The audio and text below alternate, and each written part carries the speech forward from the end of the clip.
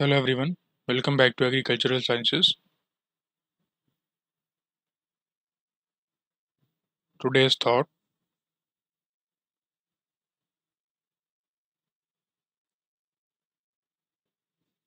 देखिए 23 जुलाई से हम लोगों ने कुछ डेज मिस कर दिए थे। हम लोग हर दिन देखा करते हैं कि किस दिन कौन सा डे ऑब्जर्व होता है। तो ये 23 जुलाई से 27 तक के जो डेट हैं, आपके जो डेज हैं वो मिस हो गए हैं। वो आज मैं आपको कवर करूंगा 27 जुलाई को। यानी कि 23 जुलाई से 27 जुलाई तक के जितने भी डेज इंपॉर्टेंट डेज हैं जो कि आपको पता होना चाहिए, वो सारे आज आपको बता दूंगा मैं। इसके बाद डेली आपके पास वीडियो रेगुलर आया करेगी। Due to the technical issue ऐसा हो पा रहा था कि सिस्टम से अपलोड नहीं हो पा रही थी वीडियो, लेकिन अब वो इशू जो है रिजॉल्व हो गया है। तो सबसे पहले हम देखते हैं कि 23 जुलाई को हमने कौन सा डे ऑब्जर्व किया था। तो ये था आपका नेशनल ब्रॉडकास्टिंग डे। क्या था? National broadcasting day. ठीक है, नेशनल ब्रॉडकास्टिंग डे था आपका किस तारीख को? तो 23 जुलाई को था। कब था? 23 जुलाई को था। आप इसे नेशनल ब्रॉडकास्टिंग डे की तरह सेलिब्रेट या यूं कहें कि ऑब्जर्व करते हो। 23 जुलाई को नेशनल ब्रॉडकास्टिंग डे क्यों हम ऑब्जर्व करते हैं? तो ऐसा इसलिए क्योंकि 1927 में, कब? 1927 में पहली बार रेडियो ब्रॉडकास्ट किया गया था बॉम्बे स्टेशन से under the Indian broadcasting company के थ्रू। यानी कि इंडियन ब्रॉडकास्टिंग कंपनी ने बॉम्बे स्टेशन से पहली बार रेडियो ब्रॉडकास्ट करवाया था 1927 में। इसीलिए नेशनल ब्रॉडकास्टिंग डे हम 23 जुलाई को सेलिब्रेट यूं कहें कि ऑब्जर्व करते हैं।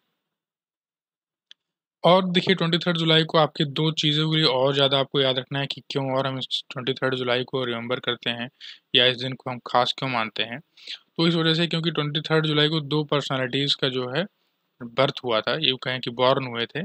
कौन थे? चंद्रशेखर आज़ाद और दूसरे थे बाल गंगाधर तिलक। तो इनके बारे में आपको थोड़ा सा मैं बताऊंगा, जो कि एक इंटरेस्टिंग फैक्ट है वो बताऊंगा, जो कि एग्जाम में पूछा भी जाता है।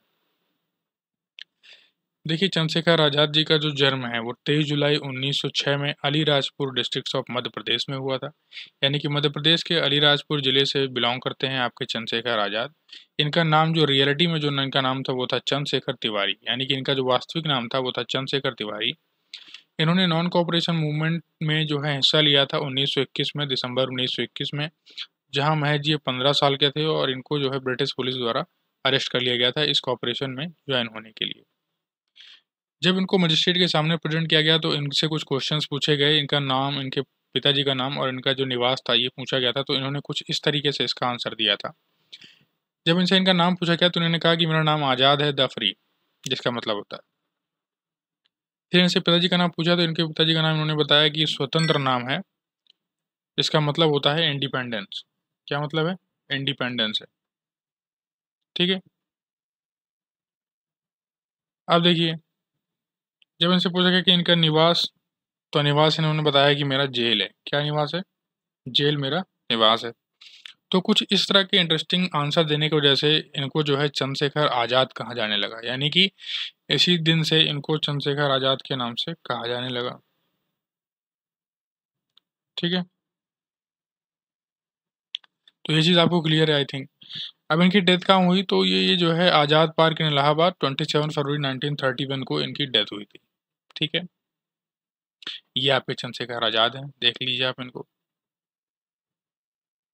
बाल गंगाधर तिलक, ये भी बहुत इंपॉर्टेंट पर्सनैलिटी हैं हमारे इंडियन हिस्ट्री में। देखिए he was born on the 23 July 1856। 1856 23 जुलाई को इनका जन्म हुआ रत्नागिरी महाराष्ट्र में। कहाँ हुआ? तो रत्नागिरी महाराष्ट्र में इनका जन्म हुआ। फ्रीडम फाइटर यानी कि स्वतंत्रता सेनानी और वकील थे ये पेशे से। क्या थे? स्वतंत्रता सेनानी और वकील थे, जिनको लोकमान्य तिलक के नाम से भी जाना जाता था। और इनके नाम पर जो है आज ट्रेन भी चलती है। यानी कि इनके नाम पर जो है एक ट्रेन भी रखी गई है। इनके कुछ न्यूज़पेपर है जो कि एग्जाम में पूछे आते हैं, जैसे कि वीकली केसरी, जो किस लैंग्वेज में पब्लिश होता है? तो मराठी लैंग्वेज में। ये मराठी न्यूज़पेपर है। और जो मराठा है वो इंग्लिश न्यूज़पेपर। देखिए थोड़ा सा अपोजिट है, इंटरेस्टिंग है, ये है थोड़ा सा एक यूँ कहें कि अच्छा क्वेश्चन बन सकता है एग्जाम में, और आपसे पूछा भी गया है। वीकली केसरी किस लैंग्वेज का है? तो ये मराठी का है। जिसको इंग्लिश में होना चाहिए था तो वो मराठी है, और जो मराठा जो हिंदी में है वो इंग्लिश में है। ठीक है, ये चीज़ थोड़ा सा क्लियर रखिएगा, अपोजिट है सिस्टम यहाँ लैंग्वेज का। 2 बुक इन्होंने पब्लिश की, एक गीता रहस्य और एक आर्कटिक होम ऑफ वेदास। यानी कि आर्कटिक होम ऑफ वेदास किसने लिखी, तो बाल गंगाधर तिलक द्वारा, और गीता रहस्य भी बाल गंगाधर तिलक जी द्वारा। 1 अगस्त 1920 को इनकी डेथ होती है। तो ये चीज़ इंपॉर्टेंट याद रखिएगा। इनके बेसिकली इंपॉर्टेंट क्या है, न्यूज़पेपर और बुक, ये 2 इंपॉर्टेंट हैं, ठीक है।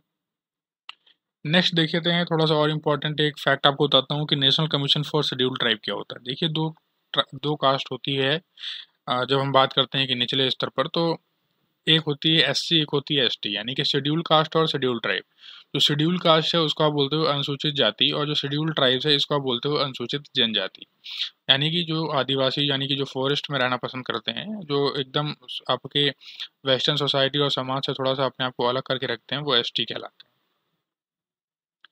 एनसीएसटी को सेटअप किया गया था 19 फरवरी 2024 में, जब आर्टिकल 338 को अमेंड किया गया तब एनसीएसटी को सेटअप किया गया।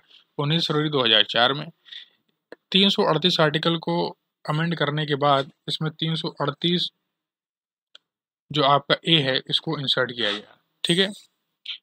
89th कॉन्स्टिट्यूशन अमेंडमेंट एक्ट 2003 में किया गया, जिसके थ्रू आपका 338 ए को इंसर्ट किया गया। ये कॉन्स्टिट्यूशनल बॉडी है। Its function under the jurisdiction of ministry of the social justice and empowerment. इसका जो फंक्शन है वो क्या है, ये जो है आपका ministry of social justice and empowerment के अंदर वर्क करती है, उसके अंदर ये फंक्शन करती है। इसका एस्टेब्लिशमेंट क्यों हुआ था, अब ये थोड़ा सा देख लेते हैं। तो जो एनसीएसटी डिपार्टमेंट है, यानी कि जो एनसीएसटी कमीशन है आपका, ये national commission for scheduled tribes, इसका बेसिकली एस्टेब्लिशमेंट हुआ था to provide the safeguard against the exploitation of the scheduled tribes. यानी कि जो एक्सप्लॉयटेशन हो रहा है, शेड्यूल्ड ट्राइब्स का, उसको सेफगार्ड करने के लिए जो है इस एनसीएसटी का एस्टेब्लिशमेंट किया गया। It aims to promote and protect their social, educational, economic and cultural interest. Special provision were made in the constitution. कह रहा है कि देखिए जो शेड्यूल्ड ट्राइब्स थे, इनके जो राइट हैं उनको प्रमोट करने के लिए और प्रोटेक्ट करने के लिए एनसीएसटी कमीशन का इस्टेब्लिशमेंट किया गया। कैसे राइट्स, तो सोशल राइट यानी कि सामाजिक जो इनका अधिकार है वो, शैक्षणिक स्तर पर, इकोनॉमिक यानी कि आर्थिक स्तर पर, कल्चरल इंटरेस्ट यानी कि जो इनकी संस्कृति है उसको प्रोटेक्ट एंड प्रमोट करने के लिए कुछ स्पेशल प्रोविजंस बनाए गए हमारे कॉन्स्टिट्यूशन में अंडर आर्टिकल 338 है। याद रखिएगा इस चीज़ को। तो आई होप ये चीज़ आपको क्लियर है, कहीं पर कोई डाउट नहीं है। देखिए बहुत ही इंपॉर्टेंट चीज़ें हैं, ये सब एग्जाम में पूछी जाती हैं, ठीक है। कभी ना कभी आपको एग्जाम में इनसे जो है साझा आप होंगे जरूर। देखिए national thermal and engineer day जो कि आपका 24 जुलाई को ऑब्जर्व किया जाता है। क्यों ऑब्जर्व किया जाता है, एम क्या है, to show the importance of advancing the thermal engineering industry.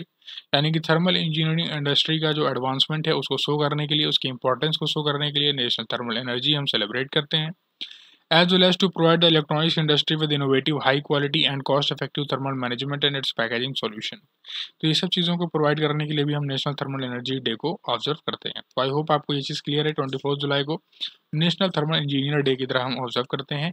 एक और यहाँ पर डे इसी दिन को बनाया जाता है जो है आपका नेशनल पेरेंट्स डे। तो इसमें जो मैंने कुछ यहाँ पर लिखा नहीं है, वो इसलिए क्योंकि नेशनल पेरेंट्स डे के लिए कुछ लिखना जरूरी नहीं है, आप खुद जानते हैं नेशनल पेरेंट्स डे क्यों मनाया जाता है, इसकी इंपॉर्टेंस आपको पता है, इसलिए मैंने उस चीज़ को यहाँ पर मेंशन नहीं किया है। आप लोग इसको मेंशन कर दीजिएगा कि आप लोग कमेंट सेक्शन में बताइएगा why we celebrate national parents day and what do you think about national parents day. देखिए नेक्स्ट डिस्कस करें तो 26 जुलाई को आपका क्या है, कारगिल विजय दिवस। क्या है, कारगिल विजय दिवस है आपका। कारगिल विजय दिवस आप सभी जानते होंगे, कारगिल विजय दिवस किससे संबंधित है, ठीक है। देखिए हुआ क्या था कि 1999 में पाकिस्तान और इंडिया के बीच जो है बैटल हो गया था। किसको लेकर, तो सियाचिन ग्लेशियर के पास जो आपकी नुब्रा वैली के पास है, वहाँ पर ये चीज़ जो है कारगिल पे युद्ध हुआ इनका। नियर अबाउट 60 डेज ये जो आपका कारगिल का जो बैटल है ये हुआ नियर अबाउट 60 डेज, यानी कि 60 दिन तक ये युद्ध चलता रहा, ठीक है। और 26 जुलाई को ख़त्म हुआ जाकर। कब ख़त्म हुआ, 26 जुलाई को ख़त्म हुआ। इसलिए 26 जुलाई को हम कारगिल विजय दिवस मनाते हैं। क्या बनाते हैं, कारगिल विजय दिवस बनाते हैं। 19 ये देखिए लिखा भी है कि 1999 Indian army took command of the Kargil outpost from the Pakistani army. यानी कि 1999 में इंडियन आर्मी ने पाकिस्तानी आर्मी को भगाकर कारगिल पर कमांड अपनी ले ली थी। In the Kargil sector of Jammu and Kashmir India and Pakistan fought a battle known as operation Vijay. अब ये जो बैटल है यानी कि ये युद्ध है, इसको एक नाम दिया गया ऑपरेशन विजय, इसीलिए आप इसको कारगिल विजय दिवस की तरह जानते हो। तो आई होप आपको याद रहेगा कि 26 जुलाई को कौन सा दिवस मनाया जाता है। और क्यों मनाया जाता है। ठीक है, यहाँ पर आपका डाउट नहीं होना चाहिए। तो आई होप आपको सारी चीज़ें पता चल गई। अब आप कह रहे होंगे 25 जुलाई तो है ही नहीं। 25 जुलाई को आपका कोई खास दिन नहीं सेलिब्रेट किया था, ये यूँ कहीं ऑब्जर्व नहीं किया जा सकता है, ये नहीं किया जा सकता, नहीं कहने गलत होगा, नहीं किया जाता है। और 27 जुलाई को भी आपका कोई खास दिन नहीं है, तो ये मैंने आपको नहीं बताया। अब आप 28 जुलाई को मिलते हैं एक नए दिन के साथ, नई इंपॉर्टेंट डेटा के साथ, आपको नया नॉलेज दिया जाएगा उस दिन। सो थैंक यू गाइस, जय हिंद, जय भारत।